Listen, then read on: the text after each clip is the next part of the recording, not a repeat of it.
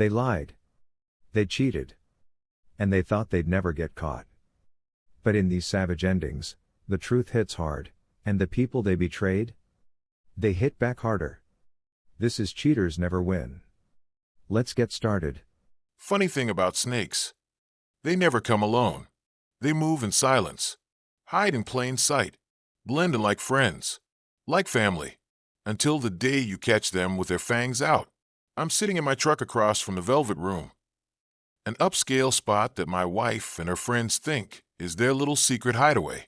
They don't know I know. They don't know I've been watching. For weeks now. Every Friday night it's the same pattern. Lila claims she's exhausted from work, says she needs a night in. Maybe to catch up on her favorite shows, maybe to get some extra sleep. But here she is, standing in the glow of expensive chandeliers, laughing like she doesn't have a care in the world, sitting at a table surrounded by Amanda, Rachel, and Chloe. Her ride-or-die crew. Funny, they're the same ones who told me I was lucky to have her, the same ones covering for her, lying for her, helping her cheat, helping her betray me. But tonight isn't for anger. Tonight isn't for arguments. Tonight is for watching the snakes gather together. Just so I can cut off every single head at once. Quietly. Perfectly. Without saying a word. My name's Devin. Software engineer. Quiet. Private. The kind of guy people overlook in a crowded room. And honestly, I never minded that. I've never needed attention. Never needed to be the loudest or the flashiest. I always thought life was better when it was simple, stable, predictable. That's how I lived before Lila, before all of this. When I met Lila 6 years ago, I thought I hit the lottery. She was this whirlwind of energy. Beautiful, bold, magnetic. The type of woman everyone noticed the second she walked into a room. And for some reason, she noticed me. She used to tell me she loved how grounded I was, how steady, how calm. And me, I loved how alive she made everything feel. We got married a year later. A small, perfect ceremony. No drama, no stress, just us. And her 3 best friends, of course. Amanda, Rachel, Chloe. They were a package deal. Came with Lila like matching luggage. Girls' nights, weekend brunches, random spa trips that somehow lasted 12 hours. At first, I didn't mind. Everyone needs friends, right? But over time, it felt like I was married to 4 people instead of 1. Every decision, they weighed in. Every argument, they picked a side. And it was never mine. But even with all that, I trusted Lila. I believed in what we had. Until the cracks started to show. Until the girls' trips turned into overnight stays at mystery hotels. Until the text messages didn't match the timestamps. Until Chloe let a comment slip that Lila couldn't backpedal from fast enough. And the worst part, the more I noticed, the more obvious it became that this wasn't just Lila lying to me. This was coordinated. Her friends weren't just innocent bystanders. They were active participants, willing collaborators, people I'd invited into my home, shared dinners with, trusted around my life. And that made this bigger than a cheating wife. That made this war. Because I could have confronted Lila. I could have yelled, demanded answers, made a scene. But that's not my style. That's not how I win. See, I don't like to fight loud. I like to win quiet. I like to move in the dark. Just like them. Funny thing is, if you'd asked me a year ago, I would have told you I had a good life. Not flashy, not perfect, but good. My kind of good. I worked from home most days. Lila worked in marketing. Social, outgoing, always at events or happy hours. We balanced each other. Or at least, I thought we did. Our house wasn't a mansion, but it was ours. 3 bedrooms, quiet neighborhood, little back patio where I grilled on weekends. It wasn't Instagram perfect, but it was real. Comfortable. Lila loved to host. Game nights, wine nights, girls' brunches. Amanda, Rachel, and Chloe practically had their own seats at our dining table. At first, I didn't mind. Back then, Amanda was the loud one. Life of the party, a little too opinionated, but she could make anybody laugh. Rachel was the smart one. always helping Lila plan things, super organized, always with a wine glass in her hand. Chloe was the sweet one. Or so I thought. Quiet, supportive, kind. The one I trusted most. Looking back now, every single one of them was playing a role. And me, I was the idiot in the audience clapping along, completely unaware the whole show was fake. But in those early days, I didn't see the cracks yet. We'd go on weekend getaways.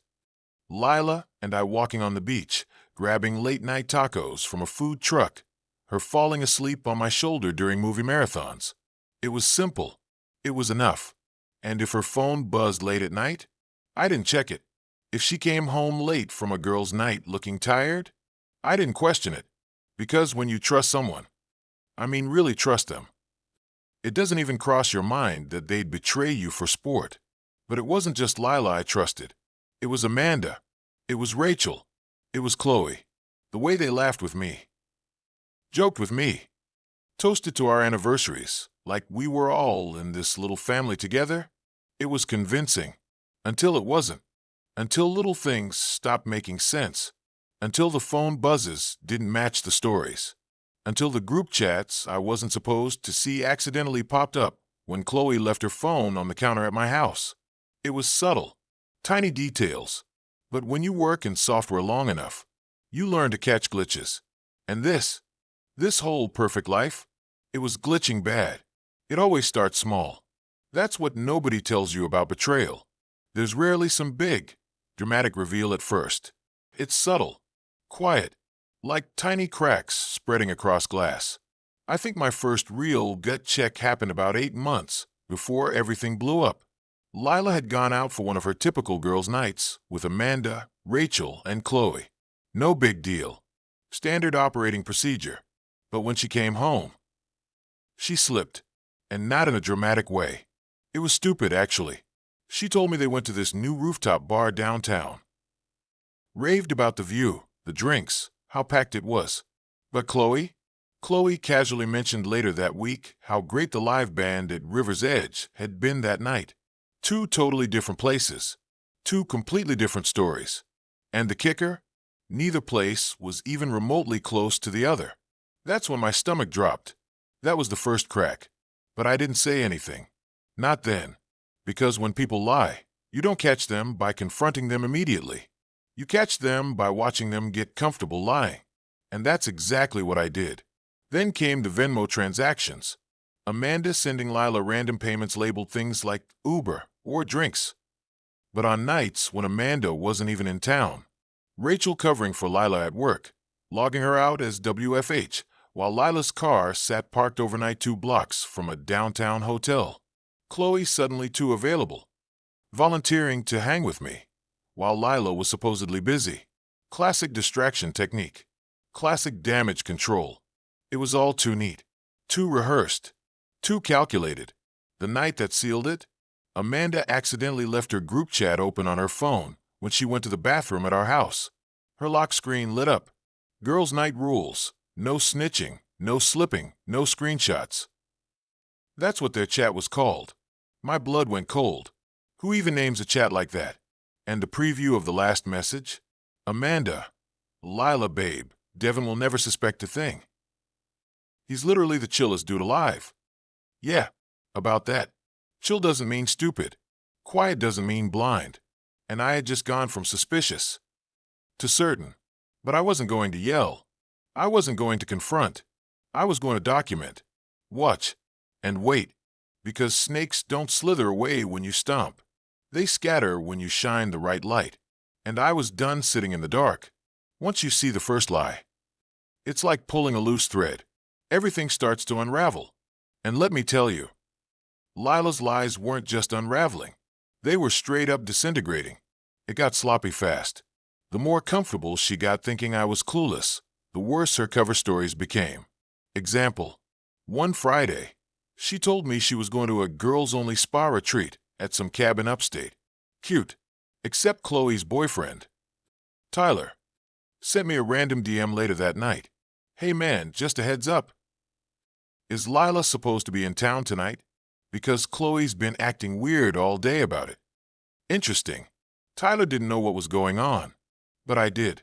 Because guess what I had installed a week earlier? A tracker. No, not on Lila. On her car. And that car? Parked overnight at a hotel 20 minutes away. Not some luxury cabin in the woods. I sat there staring at the little blinking dot on my phone, thinking about how many times I'd filled her tank, how many oil changes I paid for, how many girls' nights were really guy nights in disguise. And the hotel, not even discreet. It was practically famous for late-night affairs. But here's the thing. I didn't care about the guy. Seriously. Men like that, whatever. They're disposable. Forgettable. What really got me, what really flipped that switch inside me, was realizing how deep her friends were in it. Amanda wasn't just covering for her. She was driving her to hookups. Rachel wasn't just making excuses at work. She was forging emails to Lila's boss so she could sneak extra days off. And Chloe? Sweet, quiet Chloe? She was texting Lila mid-lie, coaching her on exactly what to say to me. Word for word. Tell him the spa doesn't have Wi-Fi. No signal. No video calls. Crafty. Except she forgot one thing. I work in tech. Wi-Fi blackouts. Dead giveaway. That's when it hit me. This wasn't just cheating. This wasn't just disrespect. This was a coordinated effort. A squad-level betrayal. And the best way to handle a squad? Divide. Isolate. Destroy. Not loud. Not messy. Quiet. Clean. Permanent. Because snakes hunt in groups. But they die. Alone. I don't know what hurt more. The cheating. Or realizing how deep her little crew of traitors went. See, I could have maybe chalked Lila's behavior up to some midlife crisis, some personal mess she fell into. But this was coordinated warfare. They weren't just friends. They were her co-conspirators, her soldiers, her hype squad for betrayal. And the deeper I looked, the worse it got. Amanda was the ringleader. Loud, brash, always the first to shout, "Men ain't nothing," over mimosas at brunch. Turns out, Amanda wasn't just talking trash about me. She was driving Lila to hotels, dropping her off like an Uber driver. Except this one didn't want payment. She wanted chaos. Rachel was slick. The responsible one. Corporate girl. Always busy. Always booked. She was the one keeping Lila's calendar straight. Deleting texts, sending fake work emails to cover shifts, coaching Lila on excuses like it was a job. She even helped Lila sign up for a fake conference so she could sneak off for a weekend trip with her side guy. Professional-grade lying. Then there was Chloe. Sweet, quiet, pretend innocent Chloe. She was the worst. The snake that hides in the grass until it's right at your ankle. She played the role of friend to both sides perfectly, checking in on me while Lila was working late, bringing me leftovers from girls' night dinners, asking me how I was doing like she cared. She didn't care. She was stalling, keeping me distracted while Lila was God knows where doing God knows what. And for what? What did they get out of this? Cheap thrills? Entertainment? Or maybe they just liked feeling smarter than me, feeling like they were playing the game, and I didn't even know I was on the board. That's what got me. It wasn't just betrayal. It was mockery. Disrespect on a whole other level. And once you realize you're not dealing with a one-time mistake, once you see the entire ecosystem working against you, you stop thinking like a husband, and you start thinking like a hunter. I wasn't angry anymore. I wasn't sad. I was surgical. And every single one of them was about to get cut. Clean. Precise. Without a single warning. Because while they were busy playing checkers, I'd been setting up the entire chessboard. Everyone has a breaking point. Mine came on a random Thursday night. No drama. No argument. Just one of those moments where the world gets painfully clear. Lila was in the shower, humming some song like life was beautiful. Her phone was face down on the bed, and like clockwork, it buzzed. Normally, I didn't touch her phone, not because I trusted her at this point, but because I didn't need to. But this time, something in me said, look, just once. And there it was. The group chat. Amanda, Rachel, Chloe, labeled, the real ones. Yeah, real all right. Real snakes. Real cowards. Real fake. The last few messages. Amanda. Girl, you're playing this like a queen. That man has no clue LMAO. Rachel. Spa weekend soon? We can use my Marriott points again. Chloe. OMG yes, but be careful. Devin's been weird lately. I think he's starting to notice stuff. Then Lila's reply. Simple. Cold. Straight to the vein. Even if he knows, what's he really gonna do? Devin's too soft. Soft. Said like it was a flaw. Like patience. Like kindness. Like trust was weakness. Nah. See, that's when something inside me shut off completely. The version of me they thought they knew. Gone. Soft Devin. Buried. Replaced by someone else entirely. Someone cold. Focused. Ready. I put the phone back exactly where I found it. Not a trace. Not a clue. When Lila stepped out of that shower, smiling at me like everything was normal, I smiled right back. Because I wasn't upset anymore. I wasn't confused. I wasn't broken. I was done. This wasn't about saving a marriage. This wasn't about fighting for love. This was about closure. Control. Reclaiming my power. I kissed her on the forehead like always. Said goodnight. Watched her roll over like nothing had changed. But inside, I was already gone. Already moving. Already planning. Because now, it was time to dismantle the whole operation. Quietly. Perfectly. Without saying a word. You'd think finding out your wife and her little cheer squad had been lying to your face for months would wreck you, break you, make you fall apart. But for me, it was the opposite. It was peaceful, almost quiet, like stepping into cold water after a long, hot run. Shock at first, but then clarity, clean, sharp, focused, because once your heart goes numb, all that's left is your mind, and mine was dangerous when it was calm. The funny thing about betrayal is how fast it rewires you. Little things that used to bother me didn't even register anymore. Lila's fake texts about working late. Didn't care. Her girls' nights turning into entire weekends. Didn't flinch.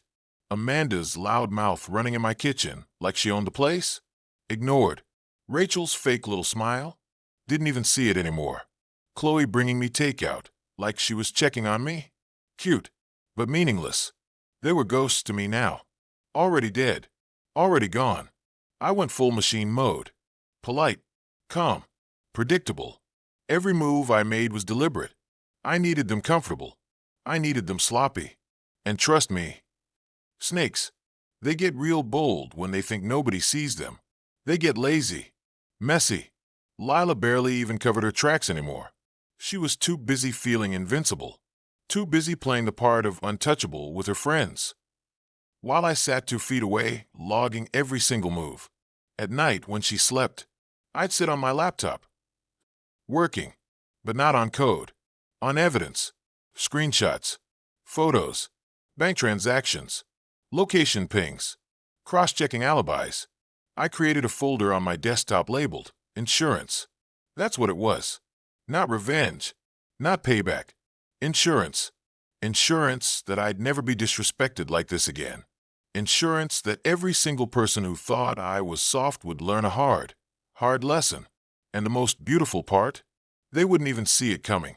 Because while they were busy laughing at me, I was building the perfect exit plan. The perfect trap. And when it sprung shut, there wouldn't be yelling. No screaming matches. No dramatic confrontations. Just silence. Beautiful, final silence. Every betrayal leaves breadcrumbs. Every lie leaves patterns. And if there's one thing I'm better at than anything else, it's finding patterns. I didn't want revenge that was loud. I wanted revenge that was permanent. Quiet. Undeniable. Devastating. Step 1, Amanda. She worked at a corporate finance firm downtown. You know what finance companies don't love? Employees sending explicit photos over company devices. And Amanda not only sent them, she was dumb enough to save them on her cloud. Auto-sync to her work laptop. All I had to do was create an anonymous email account. Attach the screenshots. Subject line. Internal policy violation. Device misuse. Send. Simple. Clean. HR would handle the rest. Step 2, Rachel. Her husband, Derek? Solid dude. Knew me well enough to trust my word. But I didn't want him trusting me. I wanted him trusting proof. So I sent him a Dropbox link labeled, "You deserve to know." Inside, screenshots, dates, receipts, photos geotagged exactly where Rachel claimed to be on business trips. Only, those trips happened right here in the city. Derek was the kind of man who moved quietly. Like me, I knew he'd handle it privately. Perfect. Step 3, Chloe. Her apartment lease had strict rules. No subletting, no vacation rentals, no overnight guests without landlord approval. Guess what Chloe had been doing every weekend while helping Lila sneak around? Airbnb side hustle. Unregistered, uninsured, illegal. All I had to do was forward screenshots from the Airbnb listing, with her exact address blurred for privacy, directly to her landlord. Anonymous, respectful, but fatal. Step 4, Lila. Saving the best for last. She was cocky, careless, overconfident. I didn't want to scream at her. Didn't want to curse her out. That's easy. Temporary. I wanted to leave her in a mess so deep she wouldn't even know where to start cleaning. Every detail of my plan had one goal. Leave them isolated. No allies. No backup. No exits. And the final step? Let them gather. Let them clink glasses. Let them laugh about me one last time, while I sat across the street, watching them walk straight into their own destruction. Because sometimes, the best sound in the world is no sound at all. The night of their little celebration dinner couldn't have been more perfect. The Velvet Room, Lila's favorite spot. Classy, expensive, private. Of course, Amanda, Rachel, and Chloe were there. Champagne glasses clinking. Phones on the table, screen side down. Just like always. Their little headquarters for betrayal. And me. I was right across the street. Window down. Whiskey in hand. Watching. Waiting. Smiling. Because I already knew. Everything was about to go nuclear. First hit? Amanda. 7:02 p.m. Her phone buzzed once. She glanced down. Casual. Then again. Then a third time. This one, she picked up, stepped away from the table. By the time she came back, her face was pale. I could practically read her lips. They're firing me? Goodbye corporate card. Goodbye little brunch flex lifestyle. Goodbye Amanda. 7:09 p.m. Rachel's husband walked in. Not rushed. Not angry. Calm. Calculated. He set a plain manila envelope right on the table in front of her. Her smile froze mid-sip. Divorce papers. Clean. Cold. Public. She didn't even look at Lila. Didn't even look at Amanda. Just gathered her bag and left. Like the building was on fire. 7:15 p.m. Chloe's phone rang. Not a text. A call. She stepped away. Didn't come back for 10 full minutes. When she did, she looked like she'd been slapped across the face. Airbnb profile. Shut down. Lease. Terminated. Landlord. Furious. She tried whispering to Lila about needing a lawyer. Lila just blinked. Clueless. Still trying to figure out how the night turned to ashes. And me. I sat there. Silent. Still. Watching every fake smile melt away. Watching every snake scatter. No yelling. No confrontation. No drama. Just consequences. Served cold. Perfectly timed. Custom made. Because that's what they never understood about me. I'm not soft. I'm surgical. I don't explode. I execute. Quietly. Efficiently. Without leaving fingerprints. And the best part? I wasn't even done yet. Not with Lila. Not by a long shot. It's funny how quickly the world changes once people lose their power. Amanda was the first to go radio silent. After the HR call, her corporate credit card froze. Her access shut down. She posted some fake motivational quote on social media about new beginnings the next day. Cute. Translation? She was unemployed. Rent in that fancy downtown condo wasn't going to pay itself. Neither were those bottomless brunches. I heard through the grapevine She moved back in with her parents within 2 weeks. Tough. Rachel. Oh, Rachel went full ghost. Derek didn't play around. Divorce filed. Accounts frozen. His lawyer was surgical. Like me. Rachel was left scrambling. Those designer bags and girls' trips funded by Derek? Gone. Word was she went crawling to Amanda and Chloe for a place to crash. Problem was, Amanda was broke. Chloe? Evicted. Speaking of Chloe, landlords move quick when they've got evidence. Her Airbnb side hustle? Dead. Her lease violation? Non-negotiable. She tried to claim she was set up. Maybe she was, but the evidence didn't care. Reality didn't care. She packed her things at 2 a.m. after getting the notice.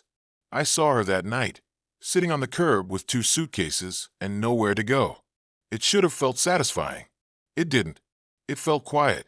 Final. Exactly how I planned it. And Lila, she came home that night like a ghost. Silent. Confused. Shook. She opened the front door to a new lock.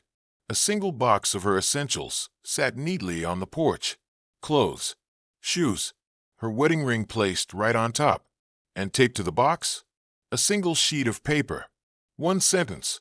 Simple. Final. Check your email. Inside that email, every receipt, every screenshot, every dirty secret, all neatly organized, all undeniable, no explanations needed, no conversation necessary. And waiting at the bottom of the email, divorce papers, already filed, already paid for, already over, silent, surgical, complete. I didn't block her, didn't curse her out, didn't even respond to the flood of texts that came pouring in later. Because when you're done, really done, you don't explain, you don't argue, you don't look back. You just disappear from their world. Like you were never there at all. They say revenge is best served cold. I disagree. Real revenge is served silent. No explosions. No screaming matches. No messy fights in public. That's amateur stuff. Real revenge is sitting across the street from the very people who thought they could outsmart you, and watching them absolutely fall apart. Without ever knowing how the match got lit. Amanda lost her job. Rachel lost her marriage. Chloe lost her home. And Lila lost me. But most importantly, they lost each other. Because snakes don't stick together when the grass catches fire. They scatter. They slither away. They save themselves. And standing at the center of all that chaos was me. Still calm. Still quiet. Still watching. Because here's the truth nobody tells you about betrayal. When people lie that well, that often, for that long, you don't need to destroy them. They've already built their own destruction. All I did was hold up the mirror. All I did was step aside and let gravity handle the rest. Funny thing about snakes, they'll always think they're hunting you, until the day they realize they were walking straight into your trap. Every step, every laugh, every little secret text, leading them right to the end. My rules, my silence, my victory.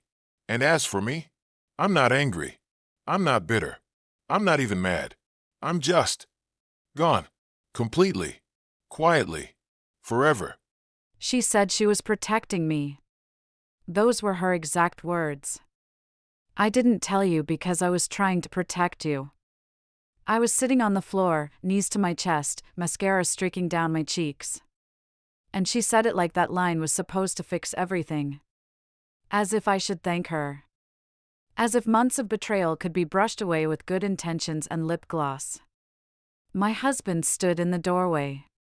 Silent. Pathetic. His shirt was wrinkled. His jaw tight. He looked more irritated than ashamed. "You're both being dramatic," he muttered. That's when I laughed. Not because anything was funny, but because my body didn't know how else to hold the weight. She had been my best friend since I was 16. She braided my hair for prom. She cried when I got engaged. And she gave a speech at my wedding where she said, "If he ever hurts her, he'll have to answer to me." Turns out he didn't have to answer to her. He just had to text her. I found out by accident. A message popped up on his iPad. Miss you already. Her nickname. The one only I used. I clicked into the thread and couldn't breathe. Photos. Dates. Messages like, "She's so distracted lately, she won't notice." And, "You know I'd choose you if it were up to me." It was up to her. And she chose him. Over and over. I confronted her first. Because somehow, the betrayal from her cut deeper. She cried. Reached for my hand. Said she didn't mean for it to happen. That she was lonely. That she was worried he would hurt me. So she decided to hurt me first? I looked her in the eye. You could have told me. You could have warned me. You could have chosen me. She said. I didn't want you to hate me. I smiled. Too late. That was the last thing I ever said to her. And the last time either of them saw me as the girl who stayed quiet. Because I wasn't quiet anymore. I was wide awake. And ready to return the favor. Her name was Sienna.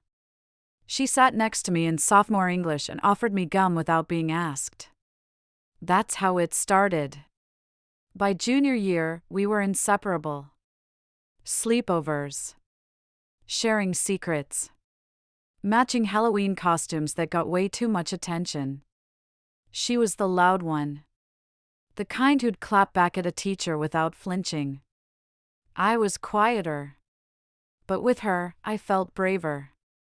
She had this way of making you feel like you were the main character. But only if she was the director. She helped me pick out my prom dress. Helped me practice for interviews. Held my hand when I found out my dad had cancer. We're soul sisters, she used to say. Your blood doesn't have to match mine for us to be family. And I believed her. When I met Marcus, my husband, she was skeptical. He's cute, she said, but I'm not sure he's deep enough for you. I told her that was fair. She always had high standards. When he proposed, she helped him plan it. When we bought our first house, she showed up with a toolbox and a bottle of wine. When I had a miscarriage, she sat on the floor of the bathroom and cried with me. That's how close we were. So when the signs started showing, the inside jokes I wasn't part of. The way she laughed a little too hard at his bad jokes. The way he smiled too long after she left the room. I didn't think betrayal. I thought, they're finally getting along. Because I'd spent years trying to balance them. Making sure she didn't feel replaced. Making sure he didn't feel like the third wheel. I thought I was being a good wife and a good friend. What I didn't realize was that I was being outnumbered in my own life. And when I started to question things, when I asked her if she and Marcus ever texted without me, she laughed. What? Are you jealous of me? And I laughed too. Because how do you answer that without sounding crazy? I wish I could go back to that version of me. The one who still believed love and loyalty were the same thing. I'd hug her. Then whisper in her ear. You're not crazy. You're just standing too close to someone who wants your life. Looking back, it wasn't just the big lie. It was all the little ones she told in the meantime. That I didn't see your message lies. That I was just too busy to show up lies. The you're overthinking it lies. At the time, I chalked it up to life. We're adults. People get busy. But Sienna used to move heaven and earth to be there for me. Now she couldn't return a text in 3 days. I told myself she was struggling. That maybe she was dealing with something private. So I gave her grace. Until grace became the leash she used to strangle our friendship. She started making jokes that didn't feel like jokes. Marcus better behave himself. You know how men are. You're lucky he likes quiet girls. Most men need excitement. I should have met him first, huh? I laughed each time. Because when someone calls it a joke, you feel ridiculous calling it an attack. But my gut knew. One day, I mentioned how Marcus forgot our anniversary. She said, "Maybe you should have reminded him. He's got a lot on his plate." And I remember just pausing. Like, who are you defending here? But again, Grace. Always Grace. One night, Marcus came home late. Claimed he was with his brother. But his brother posted an Instagram story. Home. With his kids. I asked Marcus about it. He said I was being nosy. You always assume the worst. It's exhausting. That night, I sat on the bathroom floor with the door locked. Texted Sienna. I feel like I'm losing my mind. She responded, "Girl, you're just hormonal. Get some rest." And I believed her. Because when the gaslight comes from your best friend and your husband, you stop questioning them and start questioning yourself. I started journaling just to track conversations. Started writing down timestamps. Just so I could prove to myself that I wasn't crazy. And when I realized I had 3 weeks' worth of inconsistencies, that's when the fog started to clear. That's when I stopped asking them to be honest. And started preparing for the truth. It happened on a Wednesday. I was folding laundry, watching a dumb show I wasn't even paying attention to. His iPad was on the coffee table. He never locked it. I wasn't snooping. Not at first. I just saw a notification pop up. A name. A message. Sienna. Still thinking about last night. Miss you already. I froze. Not because of what she said, but because of what she didn't say. No context. No emojis. Just familiarity. The kind you only text to someone who already knows what you mean. I clicked the thread. I don't know what I expected. But it wasn't that. Not the photos. Not the videos. Not the voice notes. Not my best friend giggling like a teenager while whispering things I never imagined she'd say to my husband.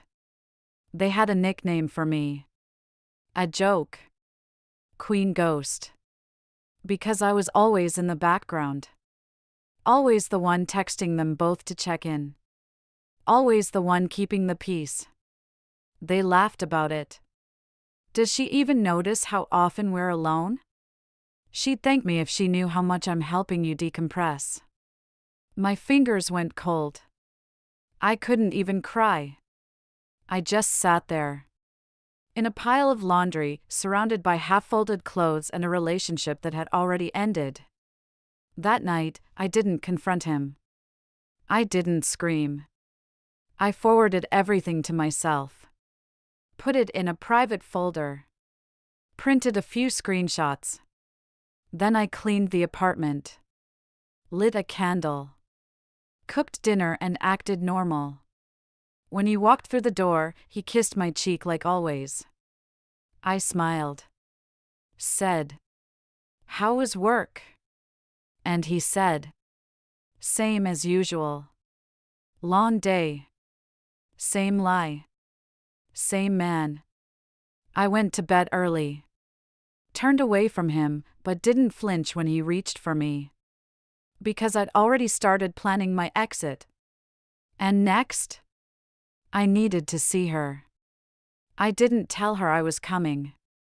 I just knocked. Her apartment door opened slower than usual. She was barefoot, in leggings, sipping iced coffee like it was any other day. "Hey, babe," she said, surprised but smiling. I smiled back. "Got a minute?" She stepped aside. Always for you. I walked past her into the living room. Same couch I cried on when I had a miscarriage. Same pillows we picked out together on a random Saturday. I sat. She sat across from me. You okay? She asked. I found the texts, I said. She blinked. Tilted her head like she didn't hear me. What? The texts, I repeated. The videos. The voice notes. The pictures. The Queen Ghost jokes. Her mouth opened, then closed. You went through his phone? She asked. And I swear, Rhonda, I almost laughed. That's the play? Deflect? I didn't go through it, I said. It lit up in front of me. And you lit up with it. She stood. Started pacing. It didn't mean anything. It meant everything, I said. You were supposed to be my person. My safe place. The one who would warn me if he was ever hurting me. She turned, defensive now. You were always venting about him. I was just trying to support both of you. By sleeping with him? It wasn't planned, she snapped. It just happened. I stood up. Walked slowly over to the window.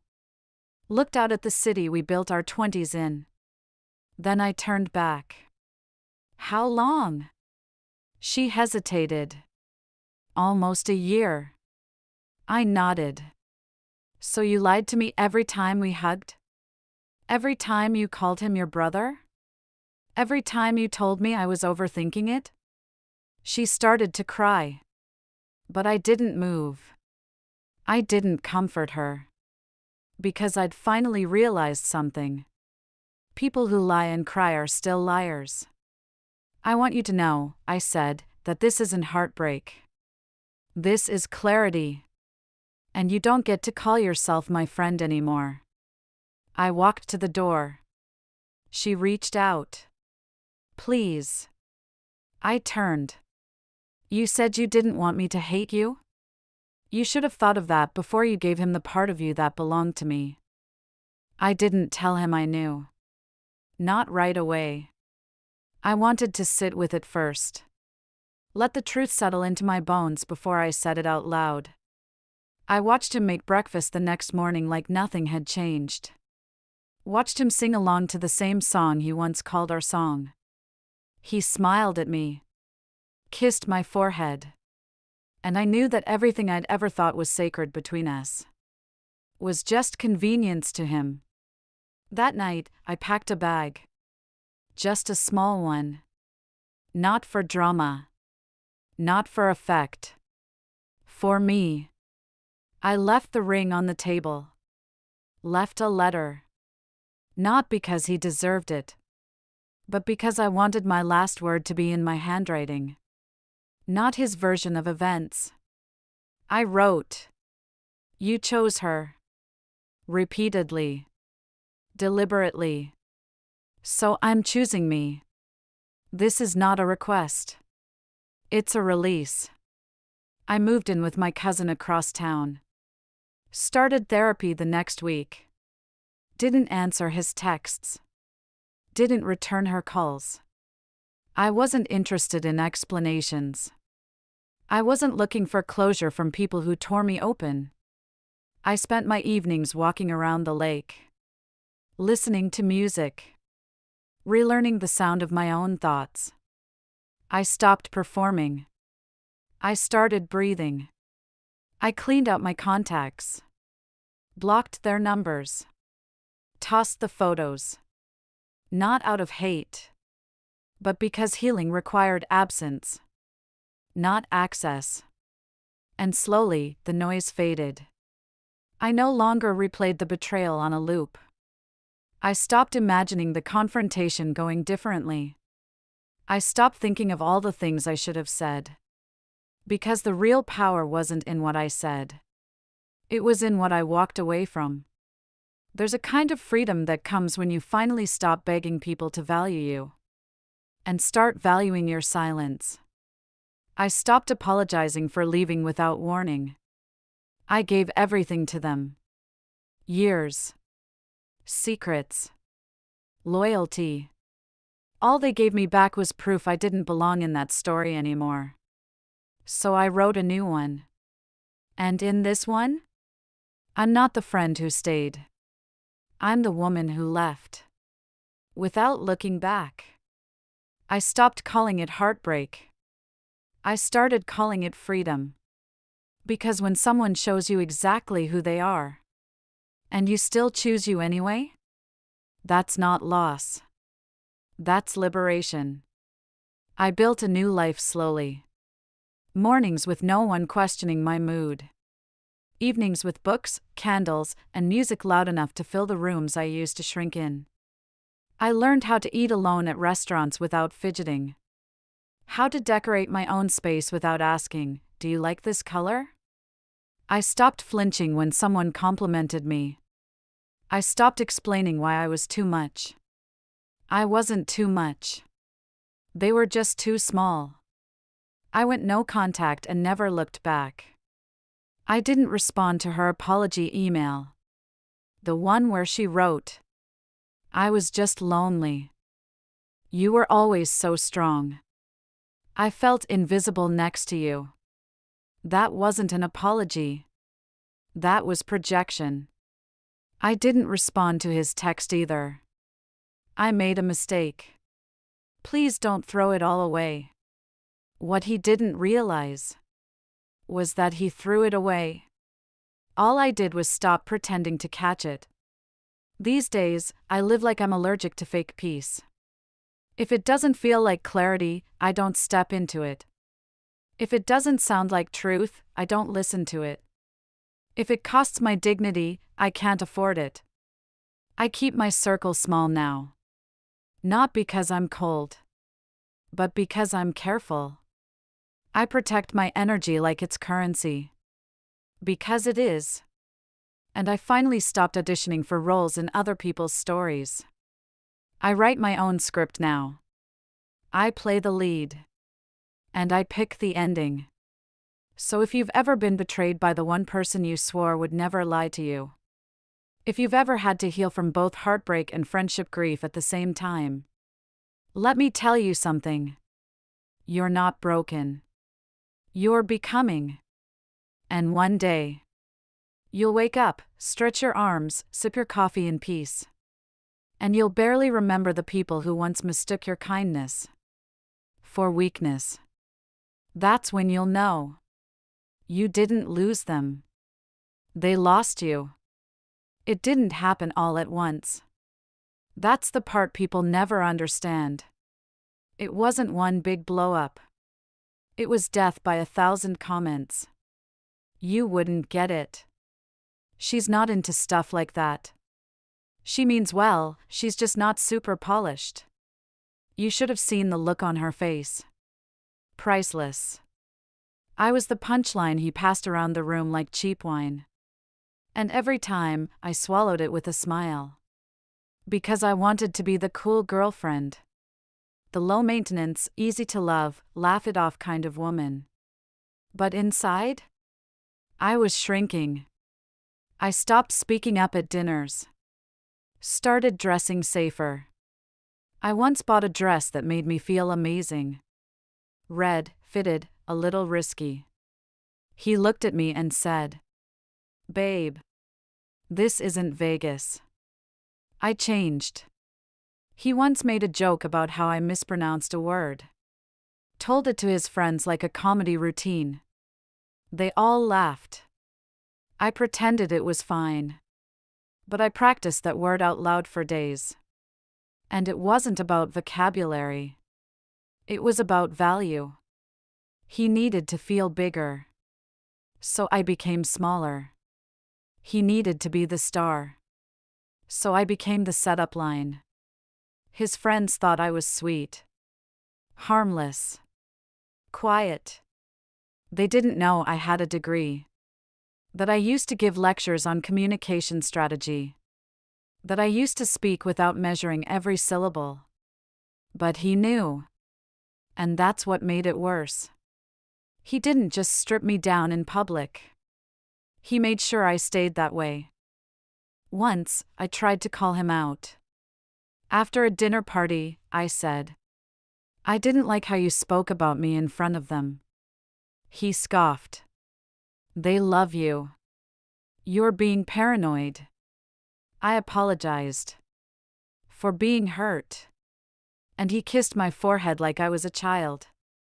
I went to bed that night thinking, maybe I'm the problem. But I wasn't. I was just with someone who needed to dim me to shine. And he didn't even realize. The quieter I got, the more clearly I saw everything. I started keeping notes. Not because I wanted revenge. At first, I just needed clarity. I was tired of second-guessing what actually happened. Tired of apologizing for things I wasn't sure I did wrong. So I opened a folder. Labeled it Perspective. Inside it, I wrote the things he said. The times. The settings. I added screenshots of group messages where he twisted the narrative. Notes about how he joked in public, then gaslit me in private. One day, I found a video his friend had posted at a party. It caught him saying, "She's smart when she tries, but let's be real. I'm the brains in this operation." They laughed. And there I was in the corner of the frame, pouring drinks. Smiling. Silent. I added it to the folder. And I kept going. I started reaching out. Not to his friends, but to their girlfriends. The women who had also sat through the jokes. The ones who used to glance at me with sympathy across the table. I asked them one question. Has he ever put you down to make himself look good? Every single one said yes.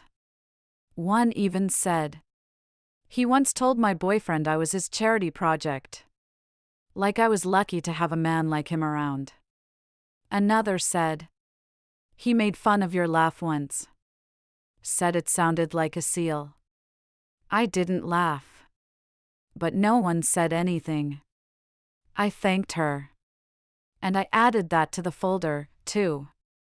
I didn't share it. Not yet. Because this wasn't about going viral. This was about holding the truth in my hands. Quiet power. The kind that builds while no one's watching. I started posting again. Soft things. Reflections. Little captions like, "The loudest person in the room usually has the most to hide." Or, "Don't mistake someone's silence for absence. Sometimes they're just documenting everything." He never noticed. Thought I was healing. Thought I was getting over it. But I wasn't healing. I was preparing. And soon, he was going to realize that the quietest woman in the room was also the one holding the loudest truth. It was his birthday. A dinner at his favorite restaurant.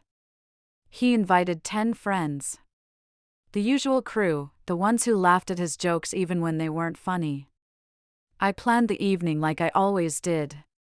Reserved the table. Ordered his favorite cake. Smiled through every passive comment. She's good at planning. Not great at tech stuff though. I do all that. She doesn't get the finance stuff, but she means well. I laughed. Nodded. Played the part. And then the waiter brought out the cake. A big, beautiful custom cake with his name piped in gold.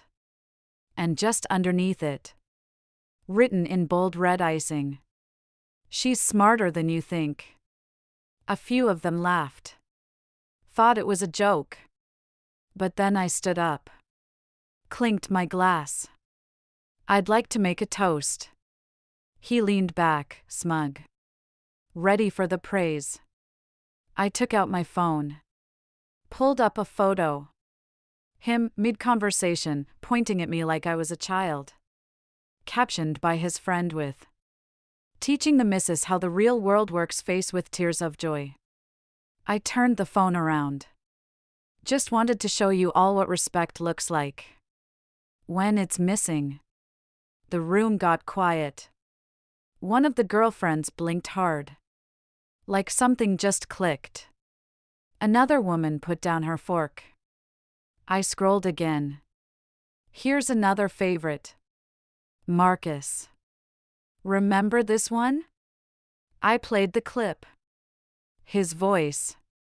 She's lucky I don't care that she can't keep up in conversations. Some guys want a challenge. Silence. I smiled. Anyway, happy birthday.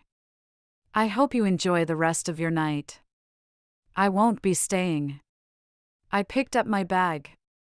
Walked past him as his mouth hung open. Walked past the table of friends who suddenly didn't know where to look. And I didn't turn back. Because I'd already said what needed saying. And more importantly, I let him say it all for me. In his own words. In front of his own audience.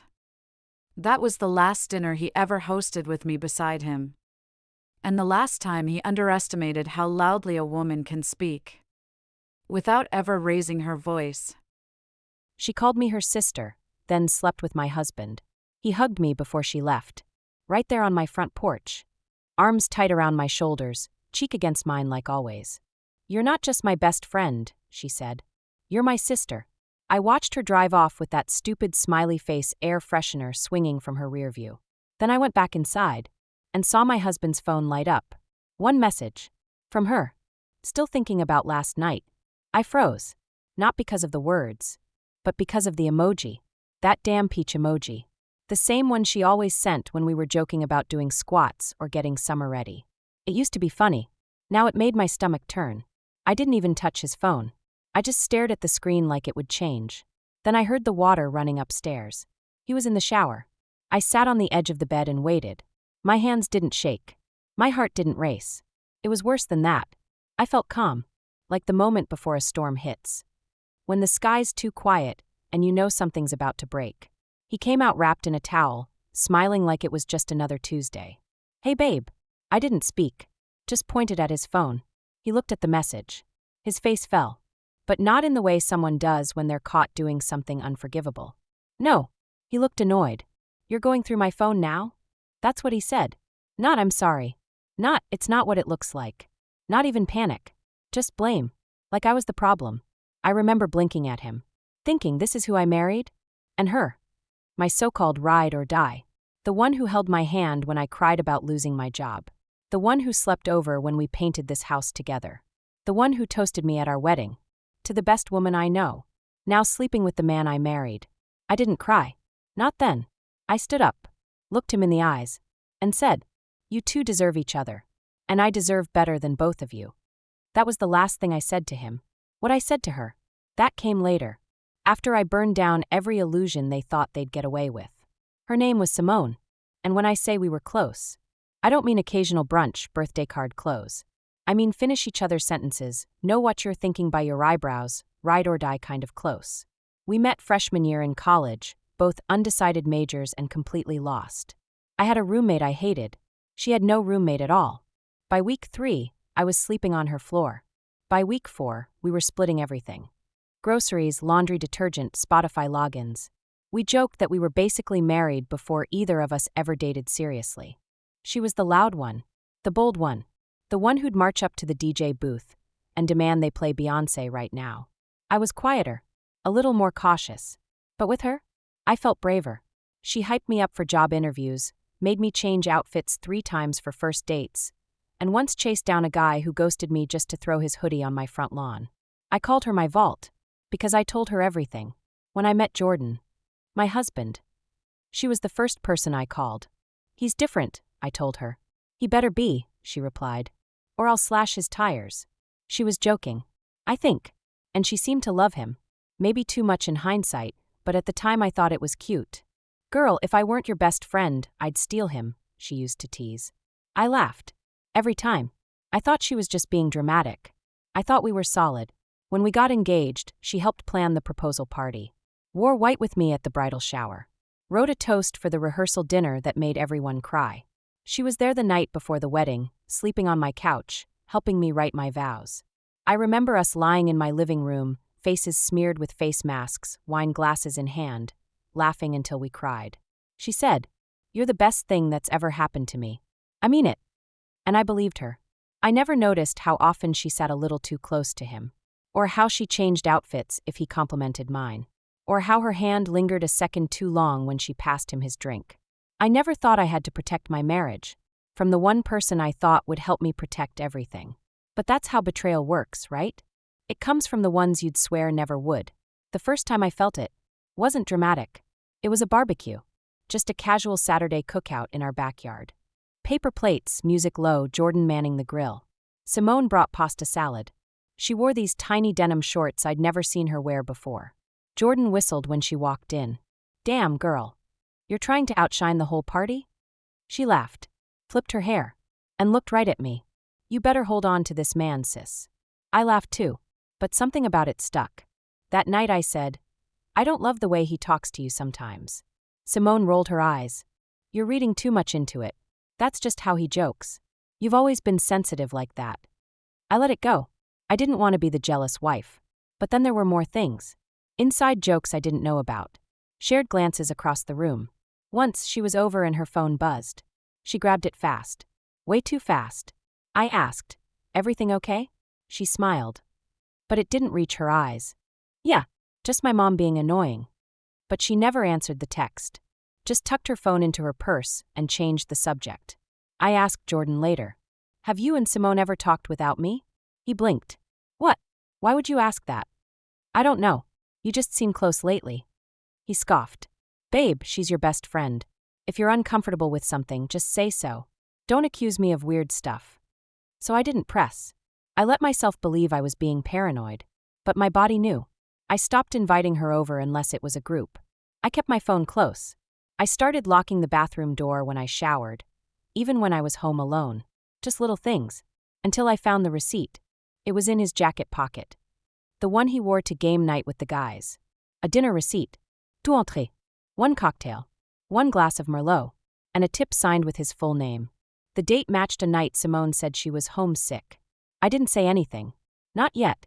I just took a photo. Saved it in a folder labeled. In case I'm right. The folder grew. A few screenshots. Calendar inconsistencies. Photos of her sick days paired with Venmo transactions. I wasn't looking for drama. I was looking for clarity. Because when the people closest to you lie, they don't just mess with your trust. They mess with your sense of reality. I kept waiting for them to slip. But they were careful. Too careful. And that's what gave them away. Normal people forget details. Normal people overlap in stories without trying. But they were rehearsed. One Saturday, Simone came over while Jordan was supposedly at a conference. She brought a bottle of wine. Same kind we always used to drink when watching reality TV and roasting terrible boyfriends. Except I wasn't laughing that night. I asked how her week had been. She said, "Work's been insane. I've barely had time to sleep." I nodded. "Funny. Jordan said he saw you at that new cafe on 5th. Her face cracked. Just for a second. "Oh yeah, right. I forgot. He must have walked by. I was grabbing a latte." Jordan had never said that. There was no cafe on 5th. I just wanted to see if they had their lies aligned. They didn't. 2 days later, I borrowed his laptop. "Just need to check something real quick," I told him. He hesitated. That was enough. But what sealed it? A hidden folder. Labeled T. Password protected. But he used the same password for everything. Inside were photos. Hotel receipts. A reservation confirmation sent to her email. The one she used for travel points. I didn't confront him right away. I made copies. Took screenshots. Sent them to a burner email. I needed a record. Not for court.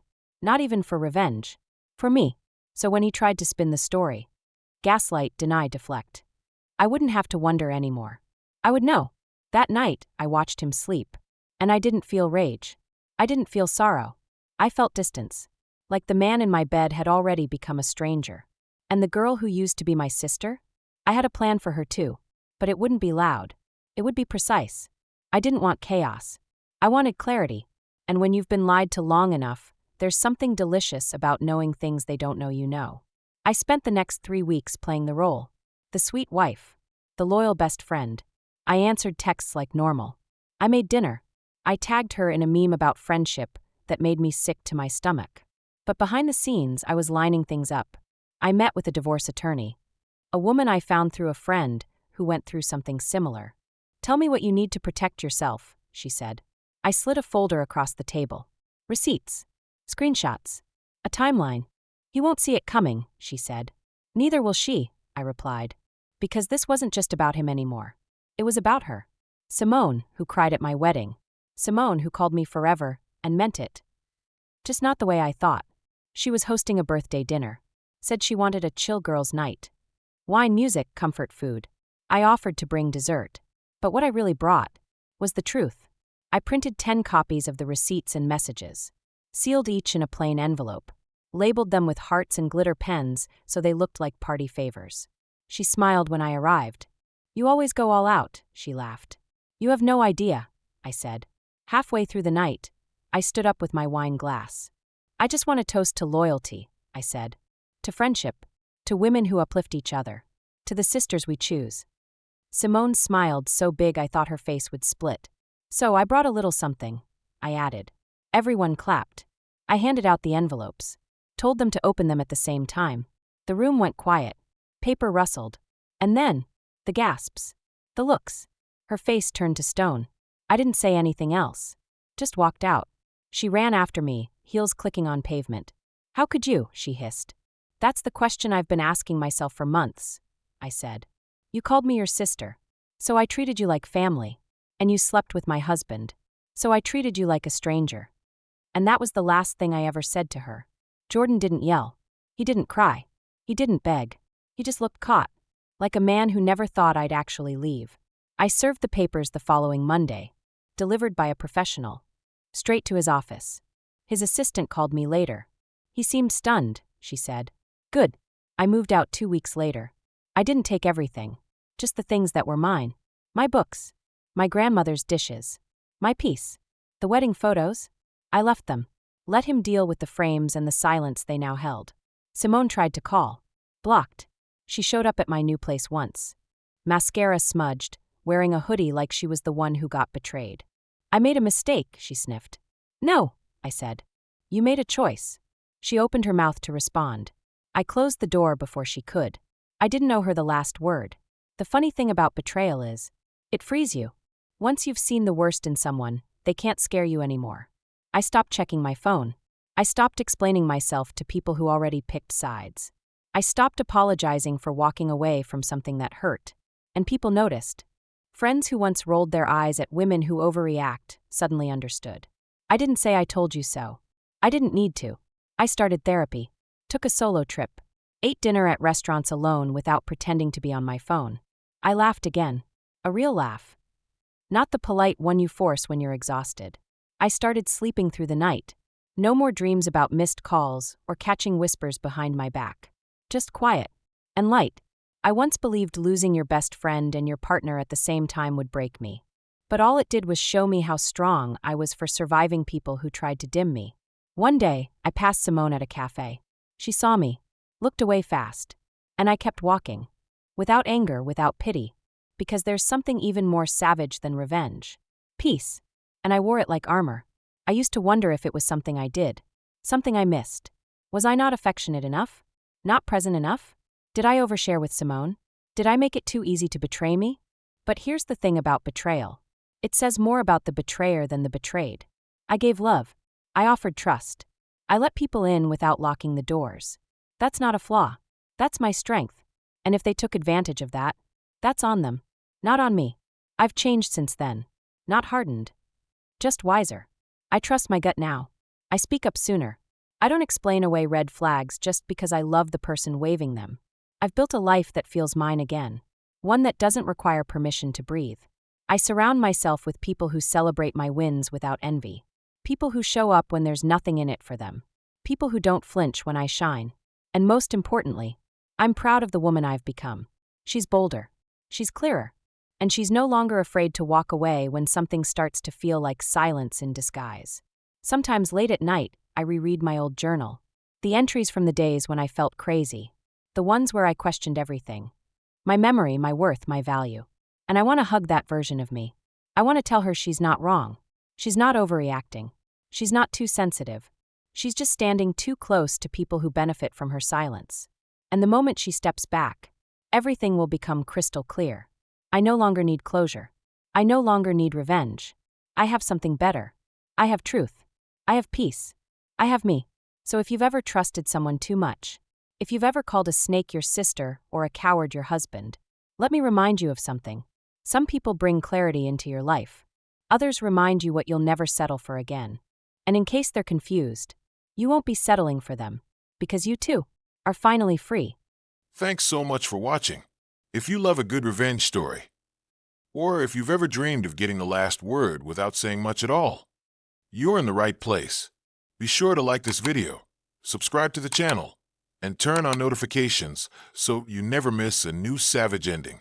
Because around here, karma always hits different. Betrayal might start in secret, but it always ends in public. Tap subscribe and drop a comment with the worst betrayal you've ever witnessed. Because on this channel, karma doesn't knock, it walks right in. See you next time.